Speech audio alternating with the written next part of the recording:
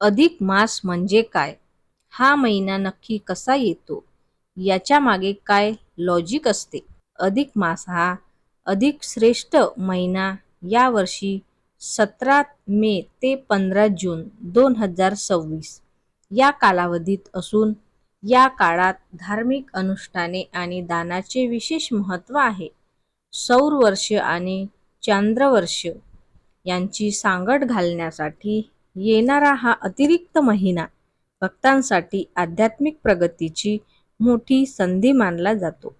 या महिनाभरात तुम्हाला साखरपुडा करता येईल, पण विवाह आवर्जून टाळावा, असे शास्त्राने स्पष्ट केले आहे.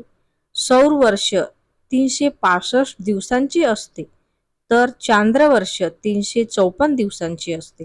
यातील 11 दिवसांचा फरक भरून काढण्यासाठी साधारणपणे दर 28 ते 35 महिन्यांनी एक अधिक मास येतो.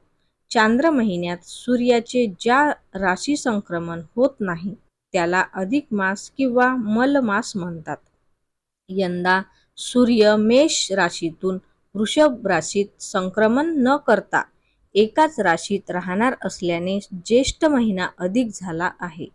यापूर्वी 2018 मध्ये अधिक ज्येष्ठ महिना आला होता, तर यानंतर 2029 मध्ये अधिक चैत्र येणार असल्याचे दाते पंचांगकर्ते यांनी सांगितले आहे. काय करावे आणि काय टाळावे हे आवर्जून करावे. ग्रहण श्राद्ध, जातकर्म, नामकर्म, तीर्थश्राद्ध, दर्शश्राद्ध, नित्यश्राद्ध करावेत.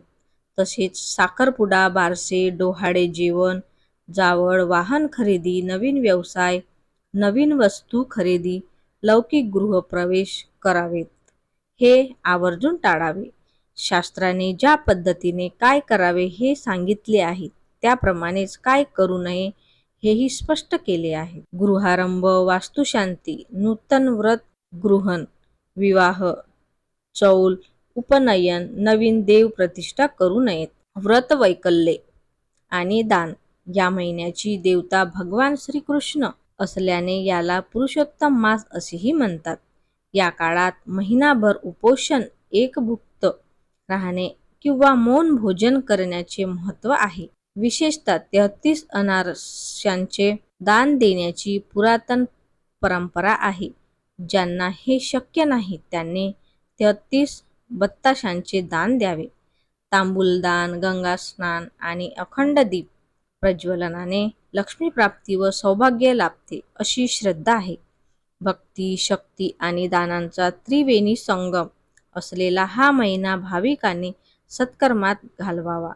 ज्यांचा मृत्यू मागील वर्षी ज्येष्ठ महिन्यात झाला आहे त्यांचे प्रथम वर्षश्राद्ध याच अधिक मासात करावे.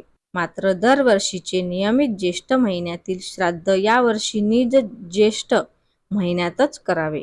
यानंतरचा अधिक महिना हा चैत्र असणार असून 16 मार्च ते 13 एप्रिल 2029 दरम्यान हा अधिक चैत्र येईल.